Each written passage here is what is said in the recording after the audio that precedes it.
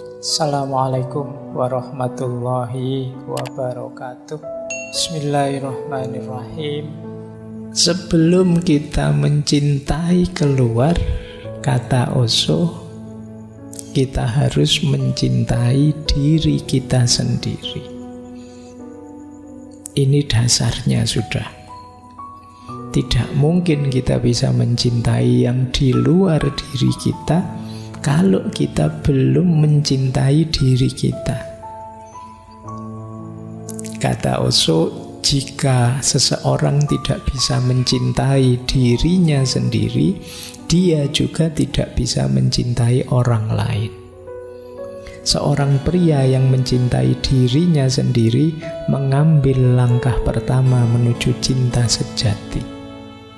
Ibarat melempar kerikil ke dalam danau yang sunyi, riak melingkar pertama akan muncul di sekitar kerikil, sangat dekat dengan kerikil tersebut. Dan kemudian riak itu akan terus menyebar hingga mencapai pantai terjauh. Jika engkau menghentikan riak yang muncul di dekat kerikil, tidak akan ada riak lain sama sekali. Jadi kalau kita melemparkan batu ke sungai yang airnya tenang, itu kan nanti ada buletan gelombangnya. Yang paling awal paling dekat dengan batunya. Terus tambah luas sampai pinggir. Kalau buletan paling awal tidak mungkin ada buletan gelombang selanjutnya. Yang paling awal itu simbol dari cinta kita pada diri kita sendiri. Kalau kita tidak mencintai diri kita sendiri, bagaimana kita bisa mencintai yang lain? Ada uraian selanjutnya, kata Osho, pria yang mencintai dirinya sendiri akan menghormati dirinya sendiri. Dan orang yang mencintai dan menghormati dirinya sendiri akan menghormati orang lain. Karena dia tahu, sama seperti saya, orang lain juga demikian. Sama seperti saya menikmati cinta, hormat, martabat, begitu pula orang lain. Kalau saya menghargai diri saya tahu caranya menghargai orang lain.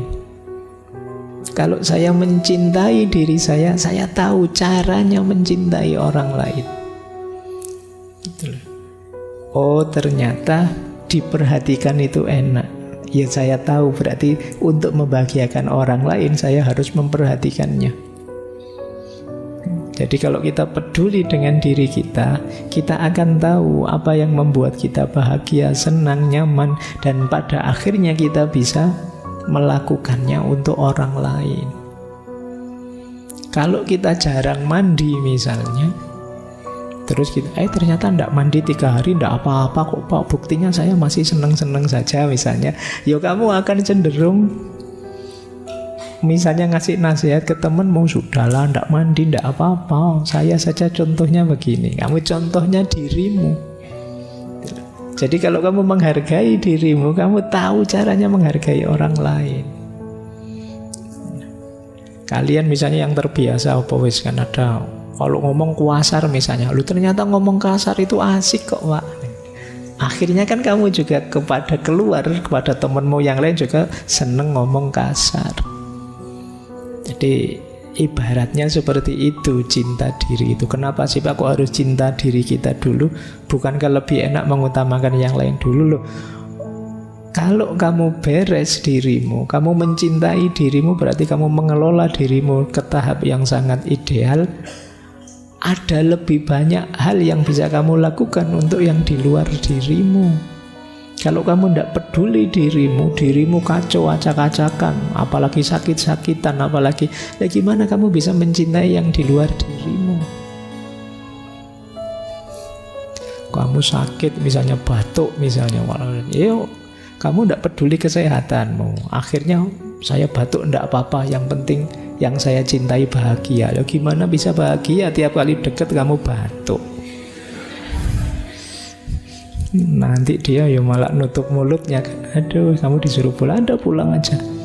Tidak jadi mesra, malah penyakit. Ya kamu tidak mencintai dirimu. Ngomong juga begitu. Kalau kamu seneng ngomong kasar, ya mungkin tidak kerasan orang di sekelilingmu. Itulah dasarnya. Jadi sebelum kita mencintai yang di luar diri, ayo mencintai diri kita sendiri dulu. Ngopeni diri kita, itu amanat pertamanya di situ. Maka kata Osho itu yang paragraf ketiga itu menarik.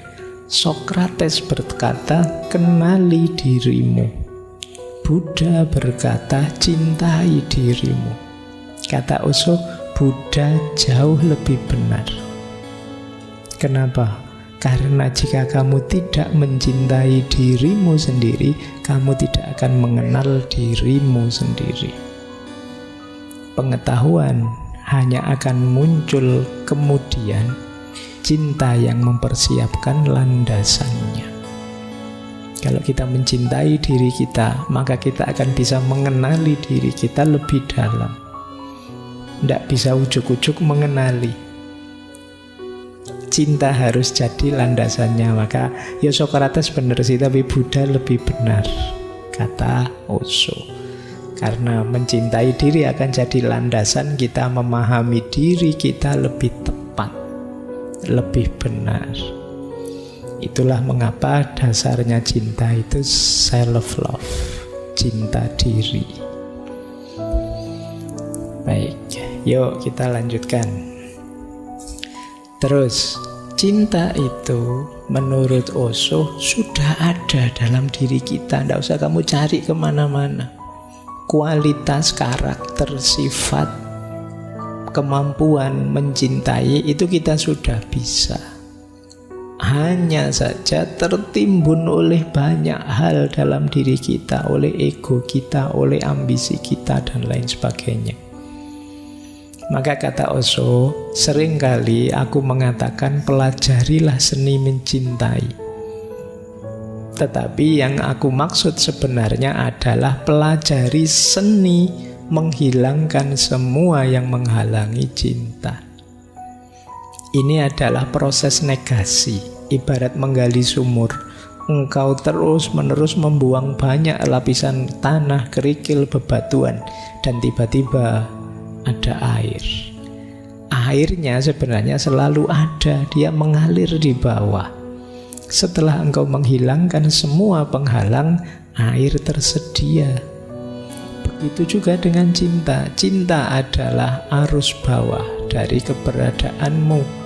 Memang sudah mengalir, tapi masih banyak bebatuan, banyak lapisan tanah yang harus disingkirkan. Jadi tidak usah khawatir, Pak, saya itu tidak pinter mencintai, Pak, saya itu semua orang pasti bisa. Buktinya kalau kamu jatuh cinta, ya tiba-tiba bisa bikin puisi, tiba-tiba pinter nulis puisi patah hati dan lain sebagainya. Jadi kita bisa kok. Yang penakut kalau jatuh cinta tiba-tiba jadi berani. Yang biasanya kalau ngomong kaku tiba-tiba bisa ngerayu, bisa gombal. Tiba-tiba bisa basa-basi, tiba-tiba bisa menyapa. Itu dasarnya cinta. Kita bisa kok sebenarnya. Hanya saja selama ini banyak tertimbun oleh macam-macam. Mungkin oleh ego, mungkin oleh gengsi, mungkin oleh ambisi, mungkin oleh cita-cita yang tidak perlu dan lain sebagainya. Berarti tugas kita apa? Yuk bersih-bersih diri ini terhadap hal yang tidak penting, biar cintanya bisa muncul keluar. Mungkin ada banyak kebencian dalam diri kita, yuk kita sisihkan, kita singkirkan. Mungkin ada banyak iri, mungkin ada banyak dengki, mungkin ada banyak dendam. Itu kita singkirkan semua. Pada akhirnya cintalah yang akan muncul. Di situ kita akan menjadi pribadi yang mencintai. Jadi prosesnya bukan latihan mencintai. Pak, saya tak latihan caranya gombal gimana, caranya enggak usah. Kamu sudah otomatis bisa kalau itu. Gimana ya Pak caranya peduli? Loh, kalau kamu cinta beneran otomatis muncul kepedulian. Tapi enggak bisa, Pak. Saya rasanya sudah jatuh cinta tapi kok enggak bisa peduli, ya belum cinta berarti. Itu gerakan otomatis sudah ada di bawah kesadaranmu.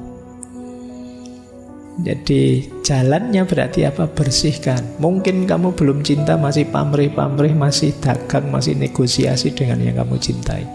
Kalau itu sudah murni cinta, otomatis kamu siap berkorban, otomatis kamu peduli, otomatis kamu ingin membahagiakan. Itulah kata Osho. Terus ini loh antara lain yang sering menutupi cinta kita. Kata Osho, apa yang engkau sebut cinta seringkali bukan cinta. Apa yang engkau sebut cinta itu mungkin banyak hal lain, tapi bukan cinta. Mungkin itu seks, mungkin itu keserakahan, mungkin itu kesepian, mungkin itu ketergantungan, mungkin itu sikap posesif, mungkin banyak hal lain, tetapi bukan cinta, belum cinta. Nah, itu ya yang tahu kita. Bilangnya jatuh cinta sih, tapi sebenarnya itu nafsu saja. Kamu ngincer seksnya misalnya, itu kamu yang tahu. Bilangnya cinta sih, tapi ternyata itu sebenarnya kamu serakah saja, pingin pamer, pingin nunjukkan ke temanmu bahwa saya juga sudah laku kok, emangnya kamu saja misalnya. Bilangnya bisa macam-macam, coba kamu cermati. Kata Osho, jangan-jangan itu bukan cinta. Posesif, ingin menunjukkan bahwa saya bisa punya sesuatu, atau itu bukan cinta tapi ketergantungan. Itu bukan cinta, hanya pelampiasan dari kesepianmu saja. Nah, makanya itu yang harus kita bersihkan sehingga cintanya muncul. Kata Osho, cinta itu tidak posesif kok. Cinta itu tidak ada hubungannya dengan orang lain. Cinta itu keadaan. Ini yang cinta level 3 tadi. Cinta itu bukan sebuah hubungan. Satu hubungan mungkin terjadi, tapi cinta tidak sekedar hubungan. Satu hubungan bisa ada, tapi tidak terbatas pada itu saja. Cinta lebih dari itu. Cinta adalah keberadaan. Jika hanya sekedar hubungan, tidak mesti itu cinta. Kan kalian punya istilah hubungan tanpa status. Ya. Jadi kalau sekedar hubungan jangan GR dulu. Jadi, kita kan berhubungan iya, tapi kan tidak mesti cinta namanya hubungan, itu bisa macam-macam. Kuncinya apa satu hubungan disebut cinta? Karaktermu berubah jadi karakter seorang pecinta. Kuncinya di situ sebenarnya. Maka fokusnya pada dirimu yang jadi pecinta, bukan siapa yang kamu cintai. Ini dulu teori yang sama disampaikan ketika kita belajar Erich Fromm. Yang lebih penting adalah mengubah diri kita menjadi yang bisa mencintai, bukan siapa yang kita cintai. Monggo saja, kalau kita siap mencintai, ya yang kita cintai akan hadir sendiri. Oke, ini yang kita bersihkan sehingga cinta yang tertimbun di bawah kesadaran akan muncul menjadi penciri kita. Kita menjadi seorang pecinta. Baik, mau saya lanjutkan? Masih kuat? Kuat ya, ngomong cinta-cintaan itu. Ini ilustrasi dari Osho menarik. Kenapa cinta itu jangan hanya kepemilikan? Karena kalau kepemilikan, ini loh yang terjadi. Mula-mula sang suami mencoba menjadikan istrinya sebagai miliknya. Dan begitu istrinya menjadi miliknya, ia pun kehilangan minat. Wong sudah dapat mau apa? Ya kan? Itu yang terjadi. Makanya jauhan. Kan banyak yang bilang sudah menikah terus gegeran itu, dulu kelihatan apa, sekarang lihat apa, kan gitu begitu. Lu dulu belum dapat makanya dikejar-kejar. Sekarang sudah dapat atau sudah dinikah, selesai tantangannya, kehilangan minat, tidak menantang lagi. Oh, ini yang sering jadi masalah. Kok bisa begitu, Pak? Karena cinta dimaknai sekedar kepemilikan. Kepemilikan itu kalau sudah dimiliki kan selesai. Kalau kata Ki Ageng Suryo Mentaram, manusia itu ingin sesuatu, kalau sudah diperoleh, mulur keinginannya. Tidak mungkin selesai di situ. Kalau sudah diposes, sudah dimiliki, ya dia ingin miliki yang lain. Jadi jangan memaknai cinta hanya sebagai kepemilikan. Itu kan banyak yang tanya ke saya, Pak, cinta harus memiliki enggak, Pak? Iya, boleh saja cinta itu memiliki, tapi jangan dimaknai cinta sekedar kepemilikan. Kalau tidak, ceritanya seperti itu. Jadi begitu istrinya menjadi miliknya, dia kehilangan minat. Kata Osho, ada logika tersembunyi di baliknya. Karena puncak kepentingannya adalah memiliki, sekarang semuanya sudah selesai. Dan dia ingin mencoba wanita lain sehingga dia dapat melakukan perjalanan untuk kepemilikan lagi, nyari tantangan baru. Makanya kan kadang-kadang banyak, ini gimana sih orang ini sudah nikah, istrinya ya cantik, keluarganya rasanya baik-baik saja, ya kaya, kok ya mau-maunya nyari yang lain, selingkuh. Selingkuhannya lebih di bawahnya lagi. Ya mungkin itu bagian dari tantangan baru. Karena yang di rumah sudah selesai. Kelirunya di mana? Pemaknaanmu terhadap cinta hanya sebagai kepemilikan. Ya kepemilikan ya kalau sudah dimiliki sudah. Yuk, semakin banyak kepemilikannya ya nanti semakin kaya kan. Sederhananya kan begitu. Manusia itu kalau urusan kepemilikan kan kata Al-Quran, alhaakumut takasur. Jadi tidak ada berhentinya. Ingin lebih lagi, ingin lebih lagi. Baik, maka ya kalimat ilustrasi ini menegaskan ndak cinta jangan hanya dimaknai sekedar posesif, kepemilikan. Lanjut. Osho juga menjelaskan cinta yang dewasa. Cinta itu tanda orang sudah dewasa. Cinta yang dewasa, kata Osho, manusia menjadi dewasa saat dia mulai mencintai, bukan saat dia mulai membutuhkan sesuatu. Titik tekannya agak berbeda. Yang pertama, penekanannya pada bagaimana mendapatkan lebih banyak. Yang kedua, penekanannya pada bagaimana memberi lebih banyak dan memberi tanpa syarat. Inilah pertumbuhan atau kedewasaan. Orang dewasa itu berarti bagi Osho, coba dilihat dia bisa mencintai enggak? Mencintai itu berarti sudah rela berkorban, rela memberi tanpa syarat enggak? Kalau teman-teman sudah bisa melakukan ini berarti sudah dewasa. Kalau hanya ingin meraih untuk memenuhi keinginan egois kita, itu sebenarnya menunjukkan kita belum dewasa. Jadi tidak sekedar akalnya jalan. Kalau akalnya jalan masih egois, ya belum dewasa sebenarnya. Ukuran dewasa itu kata Osho bisa mencintai. Jadi tidak mencari untuk kepentinganku, tapi berbagi pada yang lain. Orang kok sudah rela berbagi pada sesamanya, pada yang lain, berarti ini kan mencintai namanya, dia sudah dewasa. Tapi kalau hidupnya masih sibuk mengejar ini, mengejar itu untuk kesenangannya sendiri saja, dia belum dewasa, masih anak-anak. Nah, kalian boleh ngitung ya, dirimu sudah dewasa atau belum. Jadi tidak sekedar dihitung dari sudah sunat apa belum, usianya berapa, enggak. Kalau di Osho sudah bisa berbagi apa belum. Kalau belum ya belum dewasa. Nah, orang dewasa itu cirinya bisa memberi. Baik, jadi cinta berarti tanda kedewasaan seseorang. Lanjutkan lagi.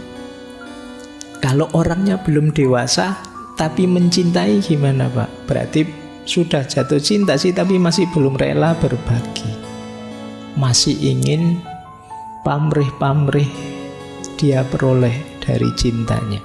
Kata Osho, orang yang belum dewasa kalau jatuh cinta, dia akan menghancurkan kebebasan yang lain, menciptakan perbudakan, menjadikan penjara. Kebalikannya, orang dewasa yang jatuh cinta, dia akan membantu untuk bebas, saling membantu, menghancurkan segala macam perbudakan. Dan ketika cinta mengalir dengan kebebasan, disitulah keindahan. Namun kalau cinta mengalir dengan ketergantungan, disitulah keburukan.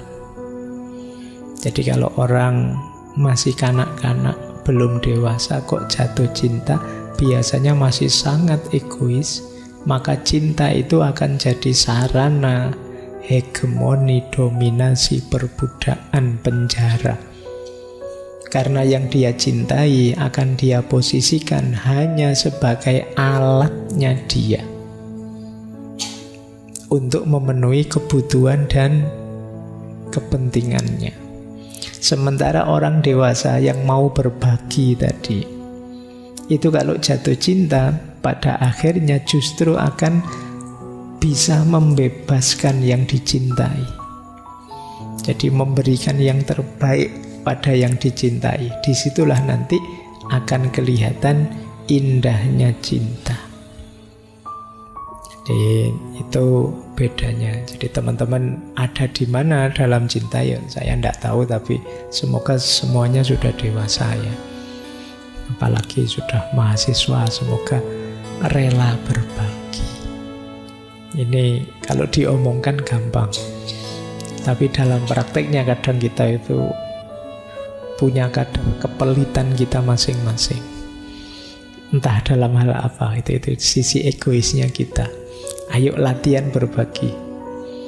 Makanya ada ayat Al-Quran itu yang bilang lantanarul birra hatta tunfiku ma tuhibbun.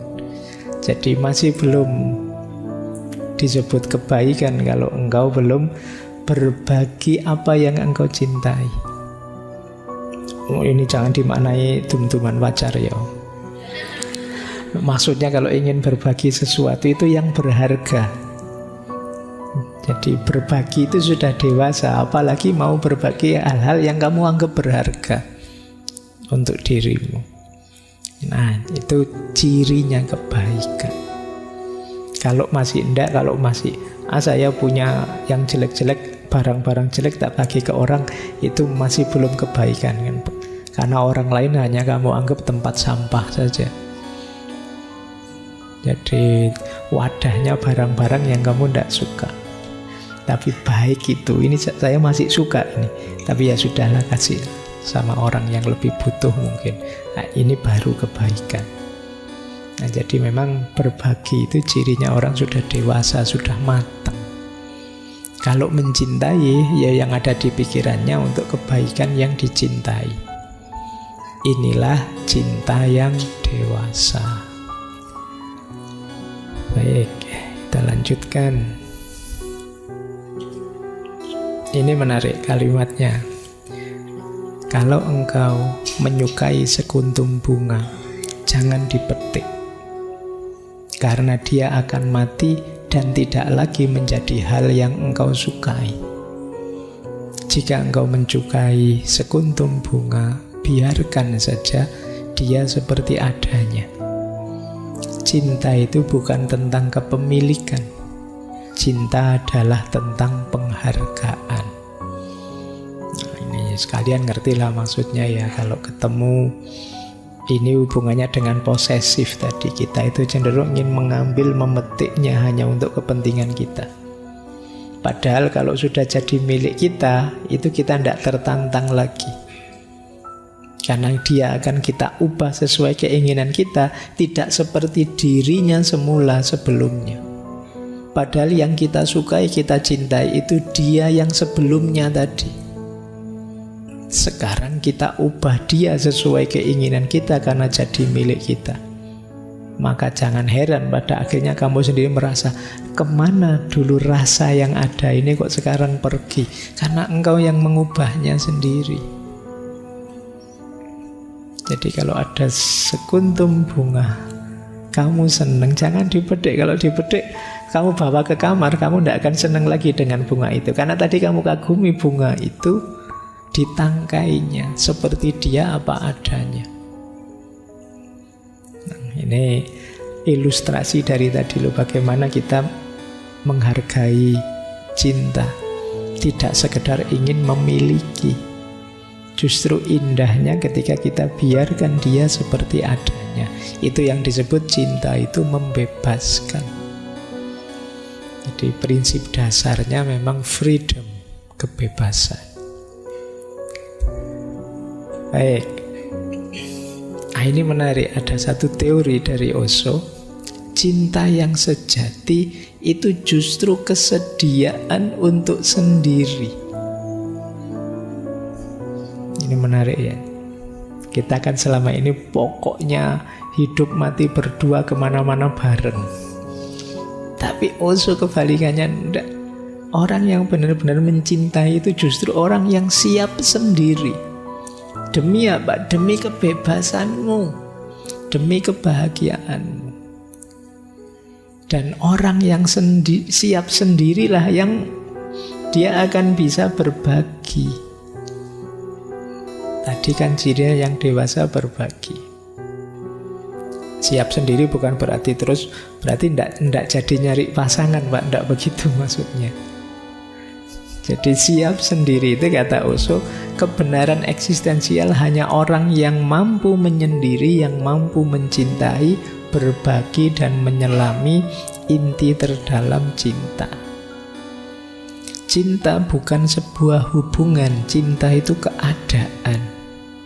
Tidak ada hubungannya dengan orang lain. Seseorang tidak sedang jatuh cinta, orang itulah cinta itu. Tentu saja ketika seseorang sedang jatuh cinta, memang dia jatuh cinta, ya itulah hasilnya. Jadi kita berubah jadi cinta, kok tiba-tiba memang ada lawan jenis yang kita cintai, yaitu efeknya. Tapi tidak hanya dia yang kita cintai, semua juga kita cintai. Nah, kadang-kadang justru dalam cinta itu kita siap menyendiri jadi diri kita untuk bisa berbagi lebih banyak pada yang kita cintai. Jadi ini mirip nanti kayak dulu di Khalil Gibran, bahwa cinta itu justru yang kuat seperti tiang-tiang, ya kayak tiang-tiang masjid, tiang-tiang bangunan. Dia tidak boleh terlalu rapat, kurang kuat bangunannya. Biarkan berdiri sendiri di posisinya masing-masing sebagai dirinya sendiri. Justru ketika tidak terlalu rapat akan lebih kuat. Tiang itu kalau sebanyak ini tiang terus dikumpulkan yang tengah, ambruk masjidnya. Tapi kalau biarkan berdiri di posisinya dengan karakter dan fungsinya, justru lebih kuat. Itu yang disebut kesediaan untuk sendiri. Kan banyak orang mencintai itu, kita harus bersama terus, mengorbankan karakterku, kamu korbankan karaktermu, kita dalam bersama. Justru tidak kuat. Biarlah masing-masing dalam keunikan kita sendiri, itu yang dimaksud kesediaan untuk sendiri. Dan jangan tuntut dia untuk ikut keinginanmu, demikian juga sebaliknya. Bahkan nanti di salah satu tulisannya Osho bilang, cara mencintai yang cerdas adalah justru siap memberikan waktu, memberikan break pada yang dicintai. Jadi kalau Mas kok tiap malam minggu sampai napel atau capek aku, mbok libur lah sebulan itu. Lu itu boleh kalau kayak gitu, mungkin ada jenuhnya, ada ya monggo saja, ada breaknya. Jangan dianggap itu terus tidak cinta lagi. Justru mungkin disitulah akan kelihatan buktinya dari cinta, bahwa aku siap melakukan apapun demi dirimu, aku siap berbagi apapun. Itu diantara yang disampaikan oleh Osho. Nah, ini yang rame, yang sering kalian komplain ya.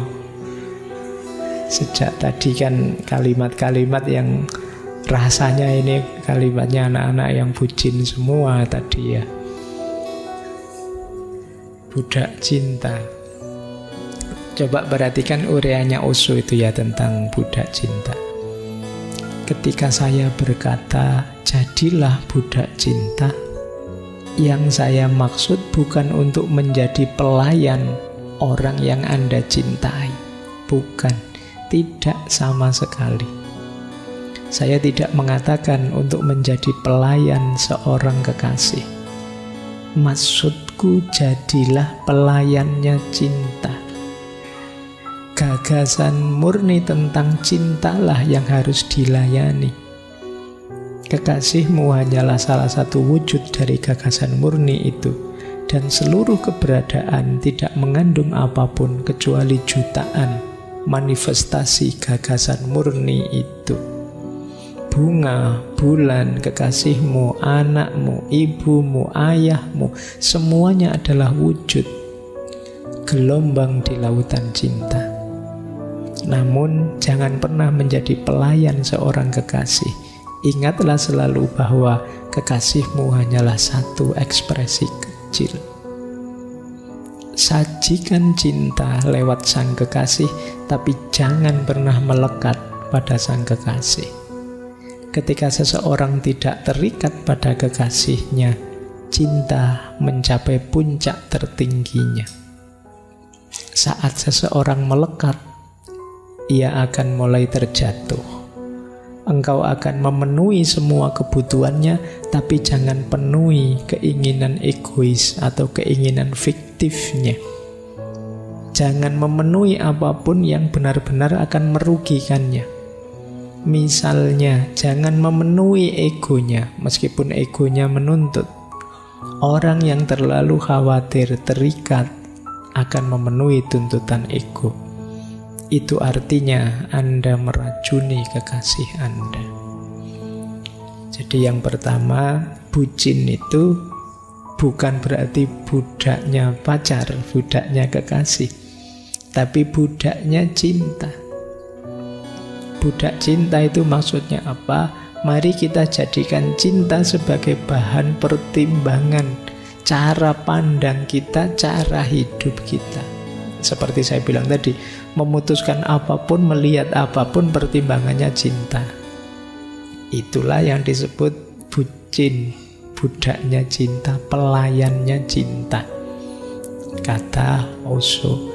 Dan ini ya memang tidak terbatas di kekasih, tapi juga teman, orang tua, saudara, anak, tetangga, semua saja.